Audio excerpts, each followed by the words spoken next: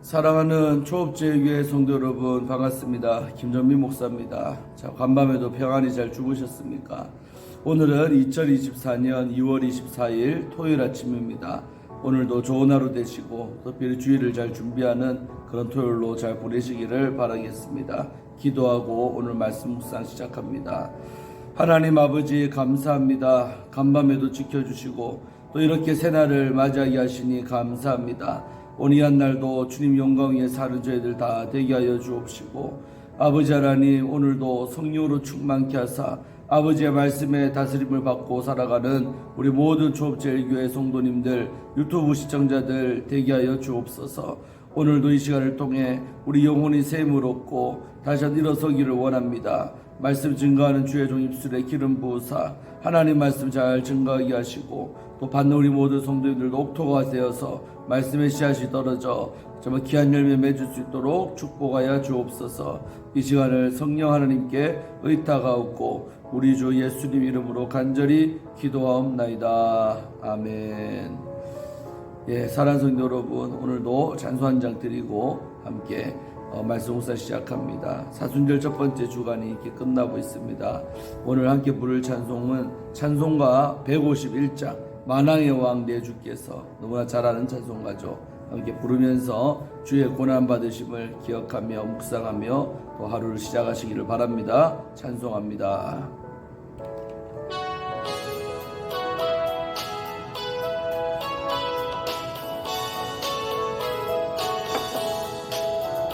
만왕의 왕 내 주께서 왜 구초당했나, 이 벌레 같은 날 위에 그 보혈 흘렸네. 십자가 내가 처음 볼 때에 마음의 큰 고통 사라져. 오늘 믿고서 내 눈 밝았네. 참 내 기쁨 영원하도다. 주 십자가 못 박힘을 속죄하마니까, 그 긍휼함과 그 은혜 말할 수 없도다. 십자가 내가 처음 볼 때에 나의 마음의 큰 고통 사라져. 오늘 믿고서 내 눈 밝았네. 참 내 기쁨 영원하도다. 늘 울어도 그 큰 은혜 다 갚을 수 없네. 나 주님께 몸 바쳐서 주의 일 힘쓰리. 십자가 내가 처음 볼 때에 나의 마음의 큰 고통 사라져. 오늘 믿고서 내 눈 밝았네. 참 내 기쁨 영원하도다. 아멘. 가사가 참 좋지요. 만왕의 왕 내 주께서 왜 고초를 당했나, 바로 죄 없으신 예수께서 우리의 죄를 사하시기 위해 그렇게 하신 줄로 믿습니다. 주의 고난은 나를 위함임을 기억하고 정말 주의 고난을 생각할 때에 그분의 은혜와 사랑 속에 깊이 정말 잠기는 우리가 되기를 원합니다. 자, 오늘 함께 말씀 묵상하실 본문은 우리 사무엘하 우리 3장이죠. 3장 22절부터 오늘 30절까지의 말씀을 함께 보도록 하겠습니다. 이 말씀은 하나님의 말씀입니다. 제가 읽어드리겠습니다. 다윗의 신복들과 요압이 적군을 치고 크게 노략한 물건을 가지고 돌아오니 아브넬은 이미 보냄을 받아 평안히 갔고 다윗과 함께 헤브론에 있지 아니한 때라. 요압 및 요압과 함께한 모든 군사가 돌아오매 어떤 사람이 요압에게 말하여 이르되 내레 아들 아브넬이 왕에게 왔더니 왕이 보내매 그가 평안히 갔나이다 하니, 요압이 왕에게 나아가 이르되 어찌하심이니까? 아브넬이 왕에게 나아왔거늘 어찌하여 그를 보내 잘 가게 하셨나이까? 왕도 아시려니와 내레 아들 아브넬이 온 것은 왕을 속임이라. 그가 왕이 출입하는 것을 알고 왕이 하시는 모든 것을 알려 함이니이다 하고, 이에 요압이 다윗에게서 나와 전령들을 보내 아브넬을 쫓아가게 하였더니 시라 우물가에서 그를 데리고 돌아왔으나 다윗은 알지 못하였더라. 아브넬이 헤브론으로 돌아오매 요압이 더불어 조용히 말하는 듯이 그를 데리고 성문 안으로 들어가 거기서 배를 찔러 죽이니 이는 자기의 동생 아사엘의 피로 말미암음이더라.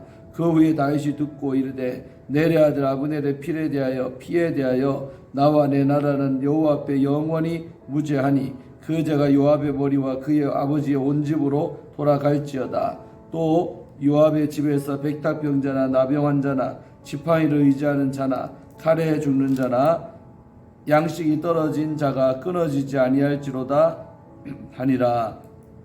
요압과 그의 동생 아비새가 아브넬을 죽인 것은 그가 기브온 전쟁에서 자기 동생 아사엘을 죽인 까닭이었더라. 아멘. 예, 오늘 본문은 가슴 아픈 이야기가 나오는 장면입니다. 자, 지난 시간에 이제 아브넬이 어저께 우리 아브넬과 다윗 사이에 서로 이제 좋게 끝났죠. 그래서 아브넬이 찾아와서 그 헤브론 와서 다윗을 만나고 크게 또 다윗은 아브넬을 인정하면서 잔치를 열어주고 그렇게 해서 이제 평안히 아브넬을 다시 사울의 진영으로 이 이스보셋에 있는 곳으로 이스라엘로 보내주었던 것입니다. 약속을 믿었던 것이죠. 믿고 서로 약속을 하고 그렇게 하기로 하고 보내줬다는 것입니다. 자, 그러고 나서 이제 벌어진 일입니다. 자, 22절에 보면 다윗의 신복들과 요압이 한마디로 백전 용사들이죠. 다윗 지켰던 그들과 그 다음에 요압이요 전쟁터에 나가서 적군을 치고 크게 노력한 물건을 가지고 돌아오니 승전한 거죠. 나가서 누구와 싸운지는 안 나옵니다. 그냥 적인 군사들과 싸워서 노략질한 적들의 물건이나 그런 것들을 빼앗아 가지고 한번 승전한 거죠. 의기양양했겠지요. 돌아왔는데 아브넬은 이미 보냄을 받아 평안히 갔고 이미 다윗이 평안히 보내줬잖아요.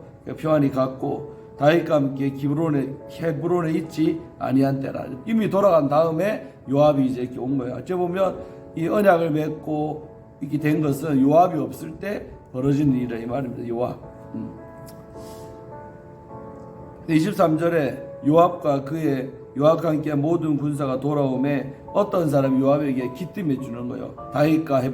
다윗과 아브넬 사이에 이런 약속이 있었고 이렇게 평안히 갔다고 이 얘기를 딱 해준 겁니다. 요압에게. 그러니까 요압이요 성질이 난 겁니다. 24절에 요압이 왕에게 나아가 이르되 따지는 거죠. 어찌하심이니까? 왜 그렇게 하셨습니까? 한마디로 대놓고 왕한테 지금 반기던 요압입니다. 왕이 하는 일에 못마땅하다는 거죠. 왜 그렇게 했습니까? 라고 따졌다는 거죠. 아브넬이 왕에게 나와왔거늘 어찌 그를 보내 잘 가게 하셨나이까? 왜 그냥 무사히 아브넬을 우리까지 오셨는데 왜 그냥 무사히 그냥 돌려보냈습니까? 이 말이 뭡니까? 손 좀 봐줘야지. 왜 그냥 저와 원수 같은 아브넬을 그냥 보냈습니까? 하고 왕이 한 처신 또 왕이 한 결정에 대해서 대놓고 정면적으로 지금 반기를 든 상황이죠. 요압이 그렇게 따졌던 것입니다. 자, 그러면서 이제 자기 논리는 또 뭐냐? 25절에 왕도 아시려니와 왕도 아시지 않습니까? 넬의 아들 아브넬이 온 것은, 그러니까 아브넬이 지금 이 진영에 온 것은 다른 의도가 있다는 거죠. 왕은 속았다는 것입니다. 왕을 속였다는 거죠. 그가 왕이 출입하는 것을 알고 왕이 하시는 모든 것을 알려고 하면 한마디로 스파이처럼 우리 진영까지 와서 모든 동태를 다 알고 살피고 갔다는 거죠. 한마디로 약속이고 뭐가 거짓말이고 믿으면 안 됩니다. 우리 진영에 스파이 노릇하고 왜 그냥 그 사람을 돌려보냈습니까? 라고 다윗에게 정면적으로 도전하는 요압. 여러분, 사람의 리더십의 가장 큰 것이 어떨 때 흔들립니까? 이렇게 영향력이 있는 사람이 대놓고 반발하는 거죠. 요압이 여러분 보통 사람입니까? 다윗의 누이의 장남입니다. 수루야의 세 아들 중에 제일 맏형이 이 요압이죠. 그리고 요압은 공도 많은 사람입니다. 어려운 시절에 다윗이 도망 다닐 때 늘 함께 다녔고 또 수많은 전쟁터를 누볐고 힘도 좋고 싸움도 잘하고 용기도 있고 아마 그런 인물이 바로 요압이었습니다. 그러니까 다윗도 어째 보면 함부로 할 수 없는 그런 인물이 바로 요압이죠. 정치적으로나 군사적으로 엄청 커져 있는 거지, 이 사람이. 그런데 다른 사람도 아니고 그 사람이 바로 다윗의 결정에 대해서 지금 정면적으로 도전하는 거죠. 근데 그 이유는 또 뭐냐? 개인적인 원한 때문에 이 말입니다.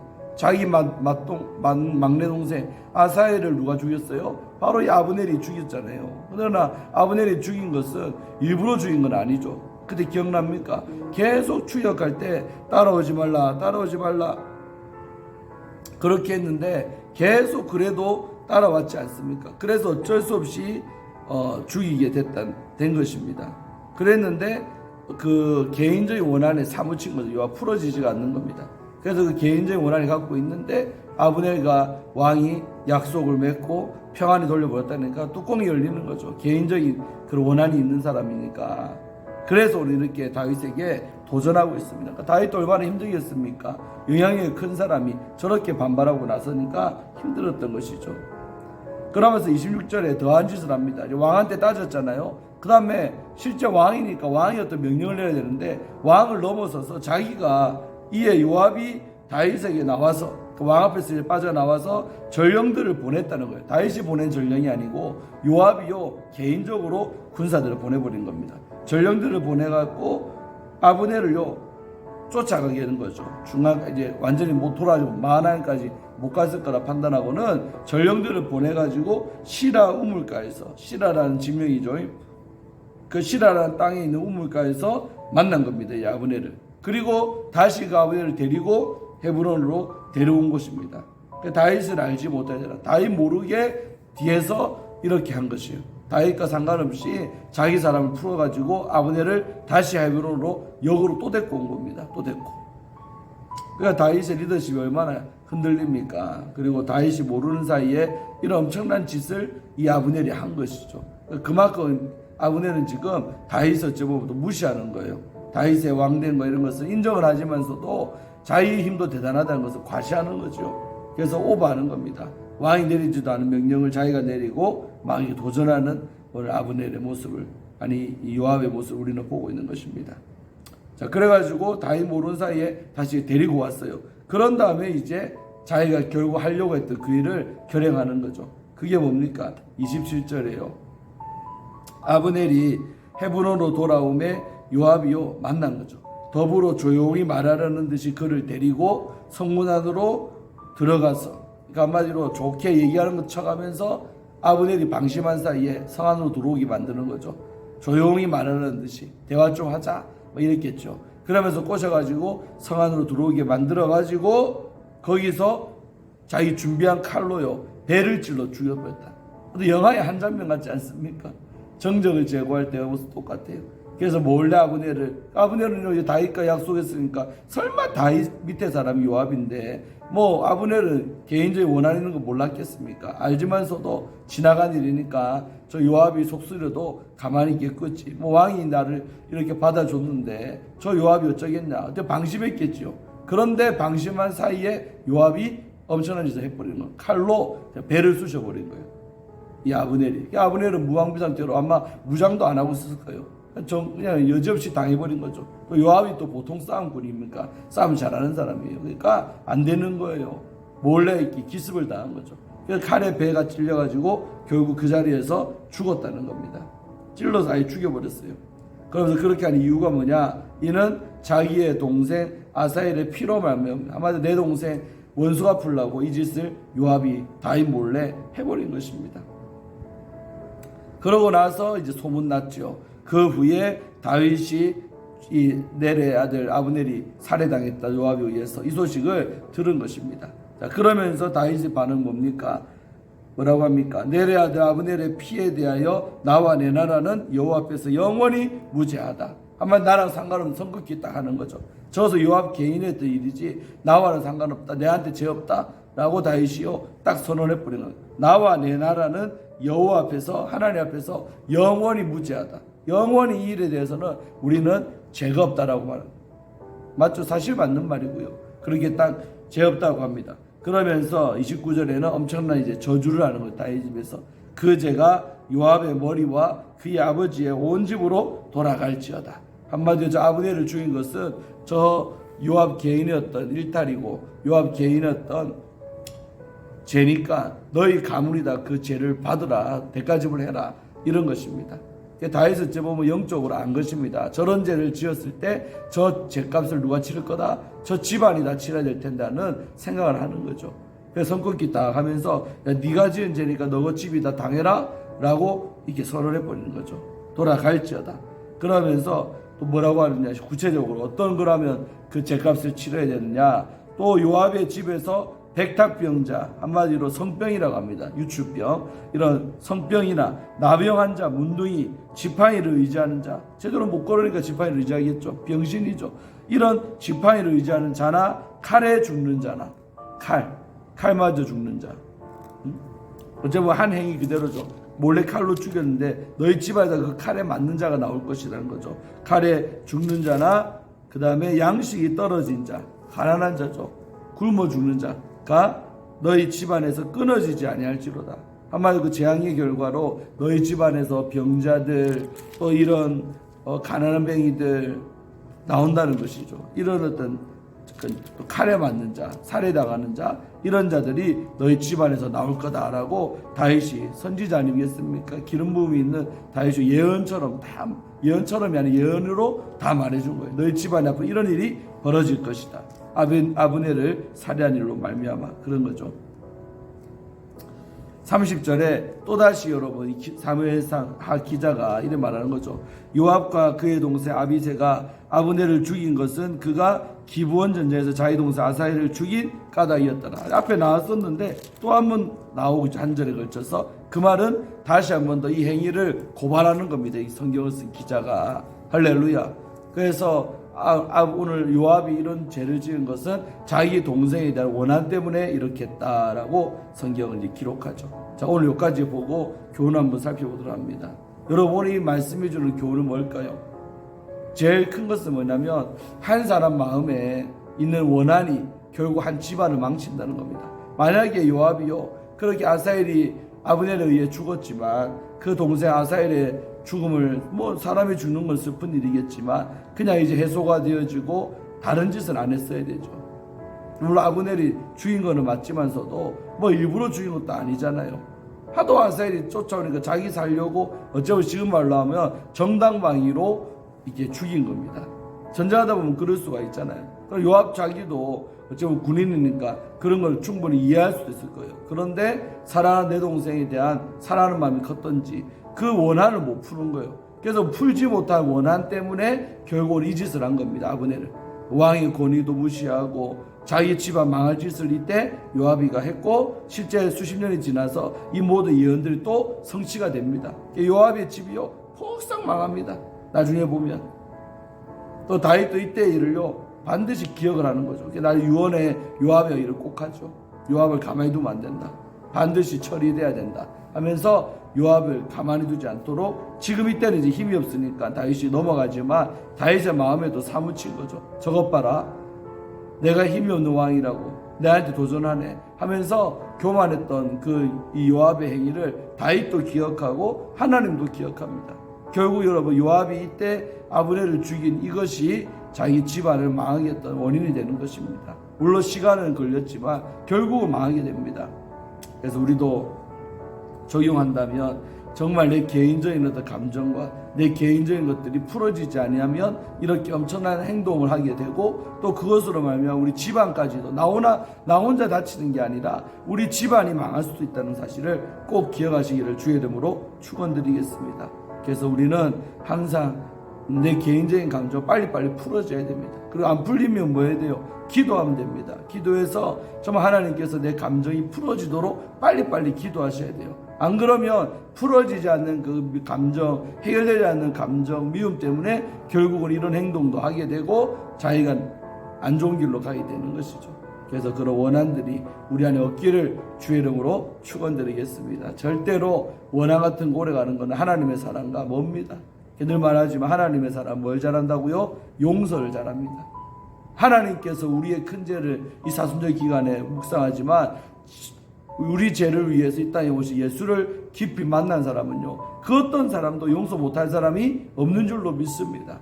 그래서 오늘의 또 화두를 제가 하나 던진다면 바로 용서라는 단어입니다. 용서하시기 바랍니다. 내가 남을 용서하지 아니하면 하나님도 내 죄를 용서하지 않는다고 하셨는데 내가 용서하지 못할 죄가 어디 있겠습니까? 내가 죄에서 탕감받은 것은 1만 달란트 빚진 것을 탕감해 준 거하고 똑같아요. 그런데 나에게 잘못한 사람도 있다 쳐도 그 사람은 100데나리온 정도밖에 안 되는 거예요. 나는 1만 달란트의 죄를 탕감받았는데 100데나리온의 그런 죄를 못 우리가 탕감해 줍니까? 맞죠? 비교가 안 된다는 거예요. 그 누가복음 말씀에서 그 비유는. 우리 더 큰 죄를 우리는 용서받은 자가 작은 죄 용서 못하고 사냐는 거예요. 사람들이 소소하게 나에게 실수한 거, 내 마음 아프게 한 것들, 사람인지라 그럴 수 있는데 그런 것들 다 풀고 살자는 것이죠. 그래서 우리가 정말 용서하며 사는 이 사순절 기간이 되길 바라고, 이 사순절에 정말 내가 내 마음에 용서하지 못하는 사람이 있는가? 오늘 이 요압처럼 마음에 사무친 사람이 있는가? 있다면 기도하시길 바라고, 또 내 힘으로 그것이 감정이 풀어지지 않는다면 하나님 앞에 기도해서 정말 그 감정들이 풀어질 때 더 큰 일이 벌어지지 않습니다. 아멘. 그래서 우리가 꼭 그런 은혜가 꼭 있으시기를 주의 이름으로 축원드리면서 오늘 말씀 묵상을 마치겠습니다. 기도하고 마칩니다. 하나님 아버지 감사합니다. 오늘도 말씀을 통해 은혜 받게 하시니 감사합니다. 오늘 요압은 자기 동생 아사엘을 아브넬이 죽였다는 그 원한 때문에 사무쳐서 결국은 오늘 큰 사고를 치고 맙니다. 아브넬을 몰래 불러서 그렇게 살해하는 그런 나쁜 짓을 오늘 요압이 스스로 했습니다. 다윗도 무시하고 왕도 무시하고 몰래 이런 행위를 오늘 요압이 했나이다.